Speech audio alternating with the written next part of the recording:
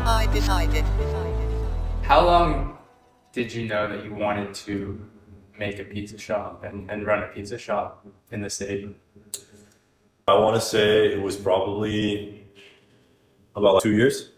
Yeah, it was 2 years that I realized that I wanted to do like a pizza shop, and I had it super random, but it just happened from meeting a mentor in the food industry, and he just told me a couple of foods that he felt would always have demand for, and I just chose pizza because it felt like a food that would be fun to do in the city, even though it's extremely competitive. I just thought it would be very challenging and fun. And also just like, for some reason, when I heard the idea of opening a pizza shop, it seemed very like nostalgic, like when you're a kid, you always get like a slice of pizza, like after a soccer game or just like after any sports event, that's just something your parents take you to have. And that kind of just stuck with me, like the idea of opening my own pizza shop. And I just went with it, honestly. Yeah, so you told me earlier about working for 7th Street Burger. So for people who don't know, it's a quickly growing kind of burger spot in New York that started out in the East Village. What did you learn there that kind of you brought with here in starting your own place? For sure. Well, there were definitely a lot of things that I learned that were not only specific to 7th Street, but just like specific to being in the food industry. Like, for example, just knowing how to manage people and be like flexible with a lot of like different personalities. In the food industry, it's very hard to find staff. So you're going to have to learn like that there are going to be good traits that you have to just work with and bad traits that you're going to have to overlook because there's so much turnover and it's so difficult to find people that care about the brand that you're like cultivating. In regards to 7th Street specifically, I definitely learned about creating systems in place that are simple to implement. So for instance, we have a very simple menu as well. It just makes it easier for customers. And if you could do something very well, then you shouldn't really need that many other options. That was like a very big theme that I learned from them that I implemented here at the pizza shop. Another big thing that I like respected that they did at the burger place that I try to implement here as well is just giving people a lot of free will. Like we still have structure and like systems in place where like it has to be organized, but I like to allow like my employees to play whatever music they want to play, things that like they can express themselves, wear whatever clothes they want to wear, just to make the environment a little more like friendly. Yeah. Maybe we can even backtrack a little bit for more context, but tell me, I guess, about your journey, even before 7th Street. So you're at NYU. You told me you had transferred here during the COVID year. Yeah. What were your plans, or did you have plans for what you were going to do with your college degree? For sure. I was honestly pretty bad in school until community college. And then community college, I got my shit together and started applying myself. I did pretty well in college. And then I applied to NYU, got in. And then I did well at NYU. I wanted to do a business and a psych major, but I wanted to graduate on time and it would have taken too long to double major. So I just went with psych. I really enjoyed like psychology just because I just enjoyed like the curriculum personally. I didn't really ever have intentions of being a therapist or a psychiatrist or like a social worker or anything. I intended on doing a startup, like a tech startup. I always just like the idea of having my own business. My dad was like an entrepreneur as well. And my mom had her own clothing business. And then my dad would sell like antiques and rugs. So that kind of always left a place in me where I wanted to also be an entrepreneur. So the plan was actually to get a JD MBA. So I was in the process of studying for the LSAT my senior year. And then I met the owner of 7th Street Burger, pestered him a bunch of times to a point where he eventually started liking me. And I would go with him to store build outs and I would work for him as a cashier. And I just worked from the ground up because I wanted to learn the ropes of the food industry once I realized it would be a good fit for me. But truth be told, like I never intended on going into the food industry to start out my career. It was something that I leisurely said I would do later in my life because I really liked sushi and poke and I wanted to open up a poke shop. And then when I met him, I was just trying to make the most of like my opportunity. I had 3 months left in New York and I was like, this guy's got a really good burger and he's scaling pretty quickly. Like maybe I can learn something from him. And so I just decided I would work for him for the last 3 months that I had. And one thing led to another. And I just ended up hitting it off with him and trusted him. And I worked for him for 2 years and worked at a bunch of pizza places and ice cream shops in the city. And then over time, I just slowly became more and more competent of how like the food industry works and what things work and what don't. And then from there, I just got enough confidence to open up my own shop. I ask, I guess, what about this mentor that you had at 7th Street? Why were you so persistent on working with him? You know, I think you mentioned to me earlier that he might have ghosted you a few times, like wasn't as responsive. Like, what about him, and what about what you saw that you could get out of that was For sure. attractive to you? Honestly, it was just, I always was very career driven. That was always like a big thing for me. My dad, his career was very up and down throughout his career. And that kind of left a place in my mind where I told myself I just had to be successful. That's part of the reason why I also left for school. I left Los Angeles to New York because I felt like in order to push myself to grow, I needed to leave home. And that's exactly what I did. And I was persistent because I enjoyed the product that he had. So I respected the business. And he was also Persian. I was Persian too. He's half Persian. I was full. And I saw that common ground and also just really respected his business and didn't want to miss the opportunity. I just saw the opportunity and felt like I could learn from him. And it felt very close, like in the sense that it felt very possible for me to recreate his success in my own way. Little did I know that may have not been the case, but Yeah. I definitely have no regrets with that. It was definitely an opportunity that kind of changed the course of my life. And ironically, I was planning on doing a startup after I got the JD MBA that was predicated on helping people find mentors. It was this idea called Pupil that I came up with. And it was just funny that I ended up finding a mentor myself in the process and pursuit of creating an app for helping people find mentors. So it was funny. Yeah, it just sounds like just the intersections of a lot of different things that you were thinking about that kind of came together in a way that you maybe like didn't expect. Like you knew you wanted to do startup, but maybe not necessarily like a restaurant business, but then you had this experience working for this guy where you saw what was possible and what you could do on your own in that space. Literally, yeah. It's funny because initially I never thought of the food industry as a startup, but it was then over time that I started to recognize that it is a startup, you know. It's a little more fun in the sense that you have people coming in every single day, which I found very appealing. I never thought that I would thrive in like a corporate setting.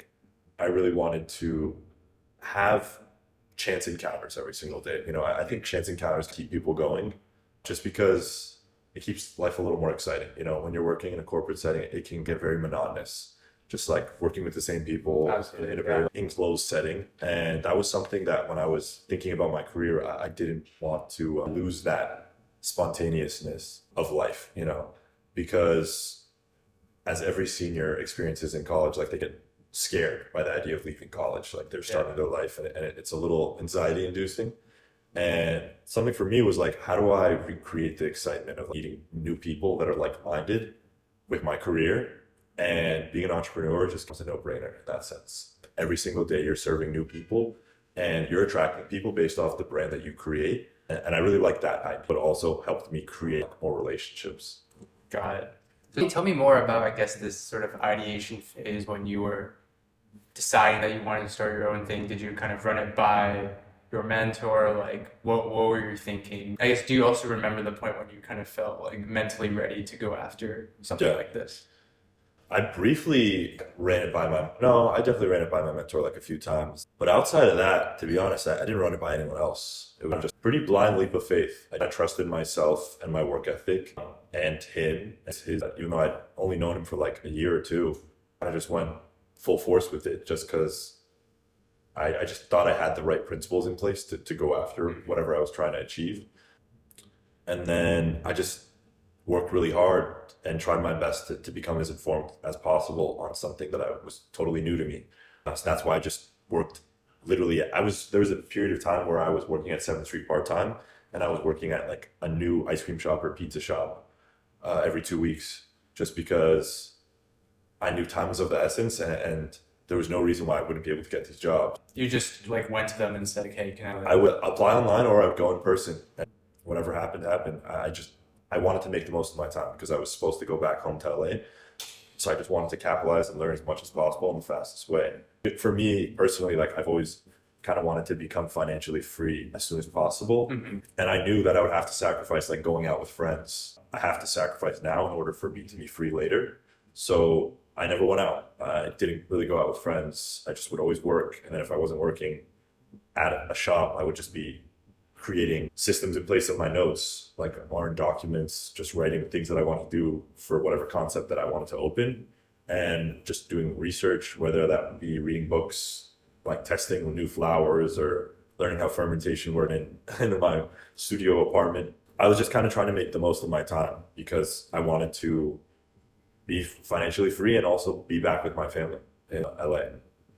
Got it. So I guess I know you told me this earlier, but maybe share a little more about that because you said you had just a few months before you were supposed to go back, but obviously now you stayed and stuff. And what was that conversation like for you?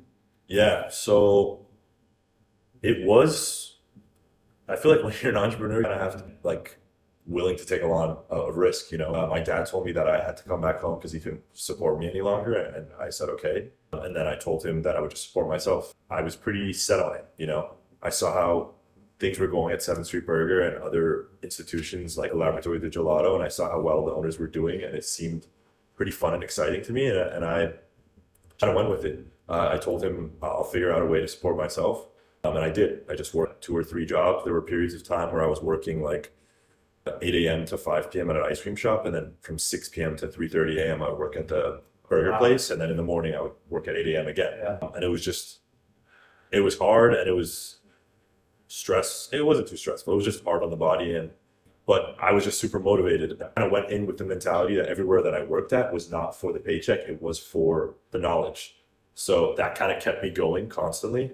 And over time, I started to connect the dots. I think it's really important what you said about, because you know, for an entrepreneur, there's risk, there's personal sacrifice on the line, but I think from what I'm hearing about what you've done about it, like almost de-risking it by making sure that you're super informed, so that when you go in to start whatever it is you're starting, it may not even be these, but you know from your experience what needs to be done. And I think to me, you know, I've had guests on the show before. We've talked about similar things where it may seem really risky to someone on the outside or just in general, but with, you know, how much they believe in themselves and how much they know and actually that they're capable of being successful, there's also a part of that where maybe you personally know that it's not as risky as people think because you know that For sure. about yourself. 100%. I really cared about getting out of the rat race, and I knew that there was only one way out. So I was willing to put anything on the line. I haven't been home in over a year, and I'm pretty close with like my siblings and my close friends, but I needed financial freedom. Like I needed to get out of the rat race because I have a family to support, and I want to be able to spend time with them and my friends and siblings and parents. I'd rather spend time with them later for however long I can than like short incremental periods now, you know? So it definitely took a lot of like foresight on my end and definitely a lot of like discipline to just have that tunnel vision. Sounds like you're thinking like pretty long term about it. Is that like Yeah, kind of how definitely. you've always approached things? I would say that my outlet changed right after high school, that I started looking at things like big picture. Right around when I started applying myself at school, when I connected the dots of needing to apply myself. Thankfully, I applied myself at the perfect time, because I felt like if I applied myself any later, it would have just been not necessarily like a bad thing. It just would have delayed success, you know? I still haven't like achieved success in my mind. I've done well with the things I've done in the past, but the main goal for me is financial freedom. So until I get that, like everything else is just like just one piece. I want to transition talking a little more about, you know, this current business, Jonny's Pizza. Sure. What is your vision for this place? You know, I'm still trying to figure out what the vision is, because initially it was to kind of open a bunch of these up, but as I've opened it up, it's been very labor intensive and difficult. But at the same time, I still have goals of scaling it, but I don't want to sacrifice quality too much. So I'm just taking it day by day, in the sense that how strong the brand is based off like 4, 5, 6, 7 months from now will determine like how I go forward with the brand. But the goal was always to open a bunch of quality pizza shops, whether that be in New York or LA or like the East Coast. Yeah, I do want to create like a very strong brand. That's something that I realized probably in college, that I just really like brands, and the idea of creating my own brand that people like hear Jonny's Pizza and it like triggers a memory of like either good times with friends, like at 2 a.m. having pizza at Jonny's Pizza. Yeah. It just kind of makes me happy. Just because I grew up in LA, we would always go to In-N-Out Burger, late night after parties, and I just have a very positive association with In-N-Out Burger, and I kind of want to replicate that with my brand if possible. Yeah, it's something so interesting to me personally as well about restaurants is that you just associate these really good feelings and like, a lot of it's the food too, but also kind of the place itself, the atmosphere. Tell me, I guess, a little more about, I'm just looking at your menu right now. Yeah. It does remind me of kind of like a 7th Street-esque in that it's just very few items. Like, how do you view that in terms of your quality and your brand? Yeah. I over time, I realized that when I go to a restaurant, I don't really read long menus just because Me neither. whenever I go somewhere to eat, I feel like it should be fun and it should be easy, You shouldn't have to think too hard when you're just trying to enjoy a meal, So for me, when I made this menu, it was just the flavors of pizza that I liked. I've gone to pizza places where I asked for a cheese or a pepperoni slice and they said they didn't have it, and it just didn't really make sense to me. Yeah. I felt like those were the most popular flavors that should always be ready. And then vodka is kind of like this new flavor that just came to like popularity the past few years that I personally liked a lot too. So I just wanted to create a brand that was a bridge between old school and new school, and cheese and pepperoni are very familiar with new.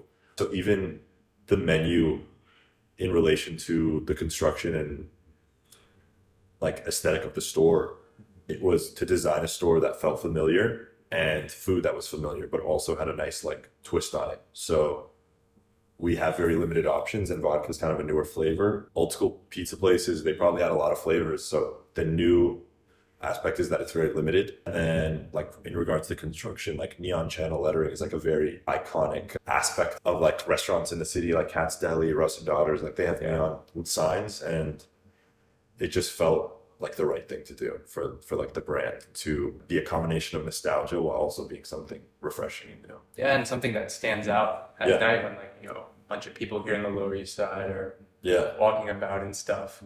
I also wanted to talk a little bit about, you have the food part, the making the menu, but assuming with being like a restaurant entrepreneur, there are so many other decisions that you had to navigate, right? Like, hiring people, maybe finding the space, pricing the menu, like all sorts of new things that you had to do. How did you navigate those things as someone who's doing it for the first time, or were you also drawing upon what you saw For sure. at previous experiences? Yeah. In regards to finding locations, that was something that I just learned from the start from my mentor. It was kind of just a process of just always being overly analytical with everything, You have to look at every facet of everything at all times with a business. So in regards to picking a location, like you kind of got to be obsessive with everything. Like I would look at stores more than my broker would look at stores. I would look at other pizzerias more than anyone else. Like that's kind of like the hat that you have to wear at all times as a business owner, because the brand only goes as far as you're willing to take it. And if the top of the ship isn't steered in the right direction, like it won't really go that far. So looking for stores, I would just always look at, did this space have like nightlife? Did it not have nightlife? Like what was the foot traffic like on a Monday during the day? And I would have to go look myself. I couldn't really rely on one person. You can't really take anyone's word for it. That's just like a motto I like to stand by. In regards to the menu, I would look at competition and their price point, and I also looked at the demographic of the store and like what people were like. And I worked at a lot of different stores throughout the city, so I got a refined sense of what people thought were expensive and what wasn't expensive.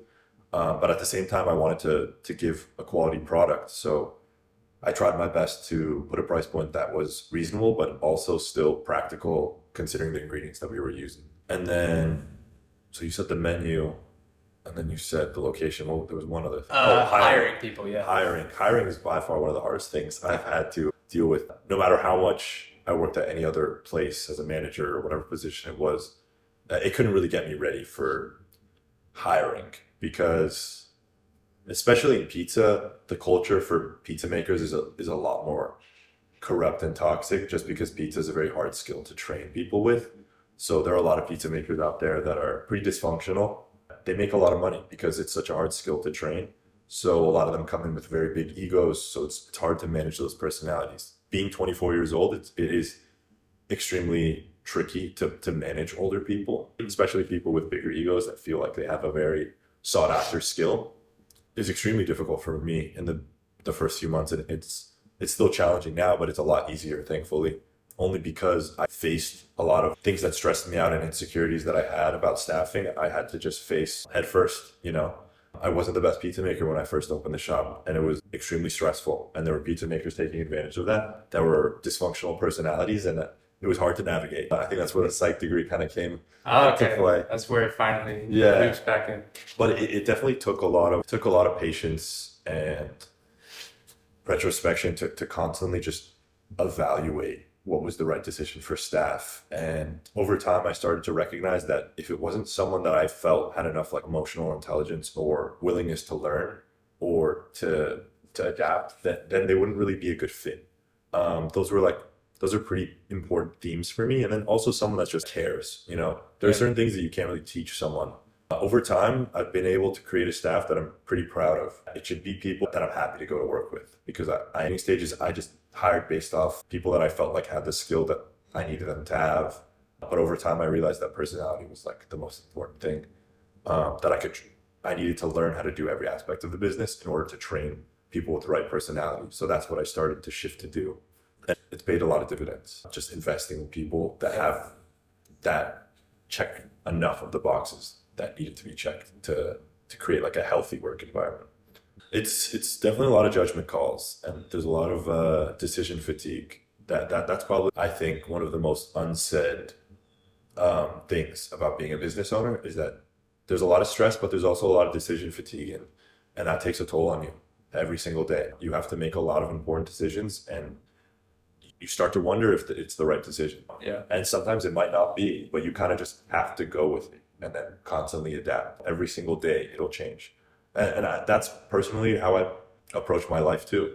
Outside of my career, I just think even when people are like struggling for what career they need to do, oftentimes I think it's a very big problem today, where people don't know what career to pursue. And I think a reason for that is that it's very romanticized, that you should love what you're doing to the T. And you can love it, but there will be times and lapses where you kind of hate what you're doing. It's about finding the right balance between the two. I think it's more so about just committing to something and going full force than it is to be absolutely in love with it. I definitely love my job, but there are times where I absolutely hate it, you know? So I don't think enough people explain that and convey that message to like the younger generation. You can hate your job sometimes, but you could still derive things that you like about it. If you gotta like enough aspects of your job, you know, that's a better way to phrase it in my mind. I actually do think about it that a lot myself, is I'm also thinking about where to start my career. I know there are a lot of things that I maybe could be interested or lean into, but I'm definitely not expecting any of those to be, you know, a perfect sort of thing where everything is great, but there are definitely reasons for why I would want to commit to it. And I think I also like what you said about for the decision fatigue. Sometimes and I imagine with how busy you are, like you don't even have really the headspace to, you know, question and look kind of backwards. It's kind of all about, you've made the decision that you've made. Now, how can you execute best as possible based on what's happening? But really interesting to hear you describe kind of those daily decisions that someone who's running a business and your own business has to make. Yeah, no, it's a lot, and it takes a lot of mental strength to be able to stay strong and also still be a leader, you know? You're going to have to make a lot of difficult decisions, and you have to exhibit confidence and mental fortitude to your staff that you can handle it, and that like everything will be okay when things go wrong, because everything that can go wrong will go wrong every single day. That's the law. That's just how life works. You know, I used to think that like I worked at all these places, it'll be difficult, but I'll be well equipped for all the problems and challenges. And I was absolutely wrong. It still is one of those things that you can prepare yourself as much as you'd like, but life is this very perplexing thing that will throw random stuff at you 24/7, and it's gonna be miserable, but it's also gonna be extremely exciting. So you gotta know what you're signing yourself up for, and if you're willing to take the good and the bad, you'll have a good time being like an entrepreneur. You know. I guess final question: favorite thing on your own Menu? Yeah. Probably either the vodka pepperoni or the fusilli pasta. Okay. Yeah. That's the only pasta you guys That's the only pasta dish. Okay. Yeah. Yeah, when I come here, I'm looking at probably a vodka with some burrata Yeah, video as an add-on. for sure. That the burrata is definitely like my favorite add-on. The customers love it as well. Awesome, dude. Thank you for being here. It was Thank great you for having me, on. bro.